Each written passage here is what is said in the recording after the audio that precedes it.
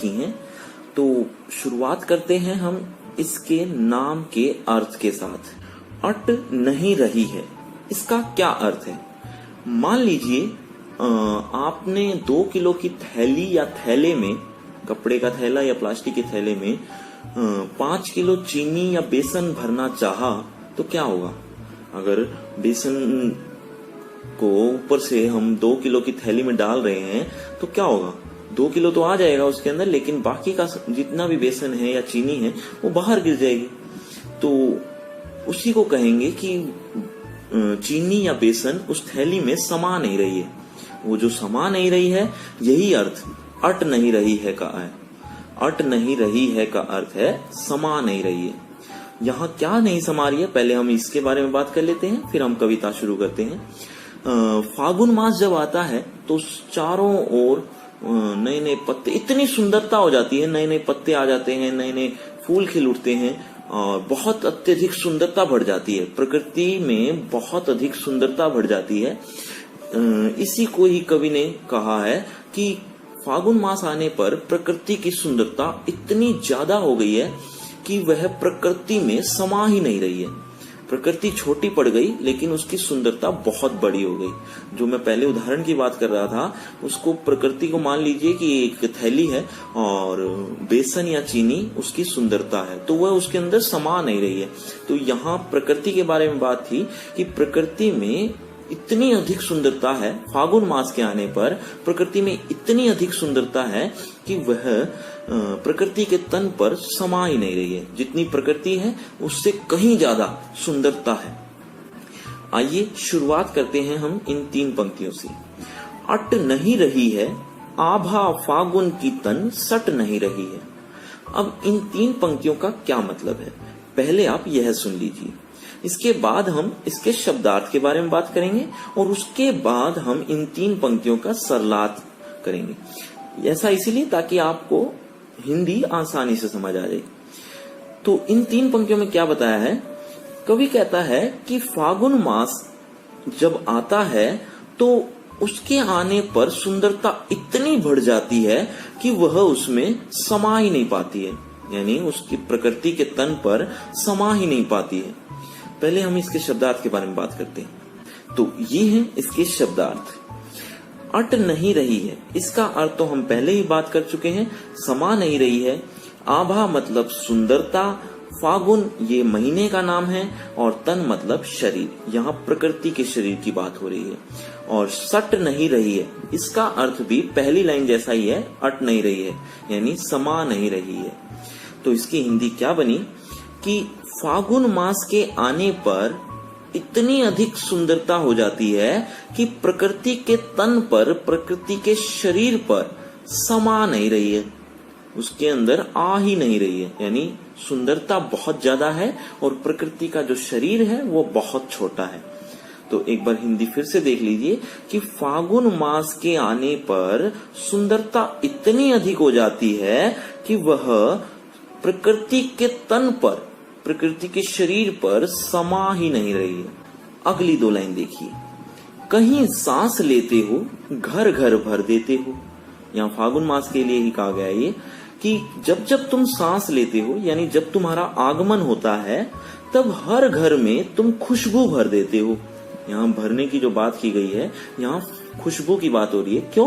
क्योंकि जब फागुन मास आता है तो नए नए फूल उत्पन्न हो जाते हैं, नए नए फूल उगाते हैं, उन फूलों की खुशबू हर घर में फैल जाती है। तो इसीलिए ये बात कही गई कि कहीं सांस लेते हो, घर घर भर देते हो, कि जब जब तुम सांस लेते हो, जब जब तुम्हारा आगमन होता है, तब तब हर घर में खुशबू भर जाती है, तब तुम हर घर में खुशबू भर देते हो। तो ये जो 5 लाइन की हिंदी आपने अभी भी पढ़ी, इसकी हिंदी, इसका भाव, इसका सरलार्थ आपकी स्क्रीन पर है। आप चाहें तो वीडियो को पॉज करके यानी रोक कर आप आराम से भी पढ़ सकते हैं। हम आगे बढ़ते हैं। उड़ने को नभ में तुम पर पर कर देते हो। पहले इसके बारे में सुन लीजिए, उसके बाद हम इसकी हिंदी के बारे में बात करेंगे। कि कवि यहाँ इन 2 पंक्तियों में कह रहा है कि जब भी तुम आते हो, जब भी तुम्हारा आगमन होता है, तो तुम लोगों को एक प्रेरणा दे देते हो। लोगों को नई नई प्रेरणाएं काम करने के लिए मिल जाती हैं। कई बार ऐसा होता है कि बहुत अधिक गर्मी होती है और कई बार ऐसा होता है कि बहुत ज्यादा सर्दी होती है। तो जब गर्मी होती है तब भी लोगों को काम करने का मन नहीं करता है कि यही सोचते हैं कि बहुत ज्यादा गर्मी है। ऐसे ही अगर बहुत ज्यादा सर्दी होती है तब भी लोग काम करने का से घबराते हैं। क्यों? क्योंकि बहुत ज्यादा सर्दी लगती है उन्हें कि बहुत ज्यादा सर्दी है, इसीलिए फिर कभी करेंगे ये काम। लेकिन जब फागुन मास आता है तो ऐसा कुछ नहीं होता, ना तो अधिक सर्दी होती है ना ही अधिक गर्मी होती है। तब एक तरह से लोगों को नई नई प्रेरणा मिल जाती है कि हाँ, हमें कुछ करना चाहिए, कुछ नया काम करना है तो इन दिनों में करना चाहिए। तो फागुन मास के आने पर लोगों को एक प्रेरणा मिलती है। इसीलिए ये 2 पंक्तियां लिखी हैं कि उड़ने को नभ में तुम, कि नभ में यानी आकाश में उड़ने के लिए तुम हमें पंख प्रदान करते हो, पर कर देते हो। पर मतलब होता है पंख, पर का अर्थ है पंख, पर का अर्थ पंख और नभ का मतलब आकाश।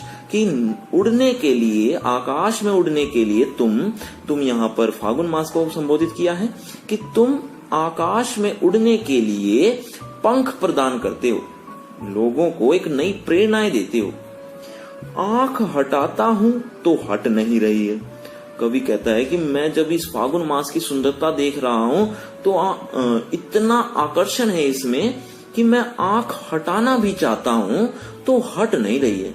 मैं चाह कर भी अपनी आंख हटा नहीं पा रहा हूं।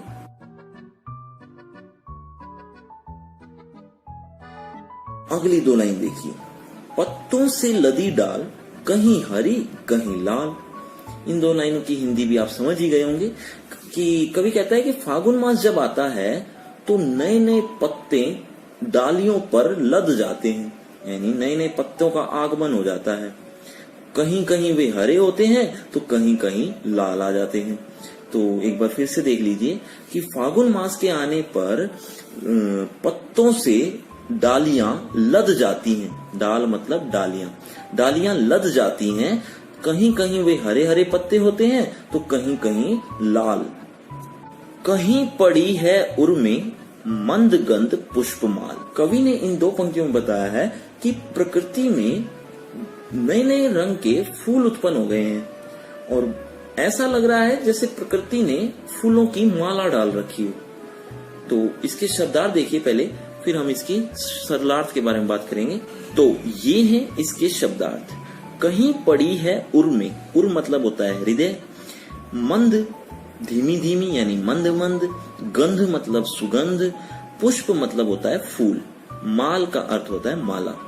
तो इन 2 पंक्तियों की हिंदी क्या बनी सुनिए कि जब फागुन मास आता है तो प्रकृति के हृदय में ऐसा लगता है जैसे मंद गंध की फूलों की माला डाल रखी हो। एक बार फिर से सुन लीजिए कि जब फागुन मास का आगमन होता है तो फूलों की माला जो मंद गंध की है, यानी कि धीमी धीमी सुगंध की फूलों की माला प्रकृति ने अपने हृदय में डाल रखी हो। अंतिम 2 पंक्तियों के बारे में सुनिए। पाट पाट शोभाश्री, पट नहीं रही है। इस पट नहीं रही का अर्थ भी वही है जो पहले हमने पढ़ा था, अट नहीं रही है, यानी समा नहीं रही है। पाट पाट, पाट पाट का अर्थ होता है जगह जगह, हर जगह। शोभाश्री, शोभाश्री का अर्थ है सुंदरता। तो इन 2 पंक्तियों की हिंदी क्या बनी कि हर जगह इतनी अधिक सुंदरता छाई हुई है कि वह समा नहीं रही है। कहाँ? प्रकृति के तन पर, जिसके बारे में हम पहली 2 लाइनों में भी बात कर चुके हैं। एक बार फिर से इन 2 लाइन की हिंदी देख लीजिए कि हर जगह सुंदरता इतनी अधिक है कि वह प्रकृति के तन पर समा नहीं रही है।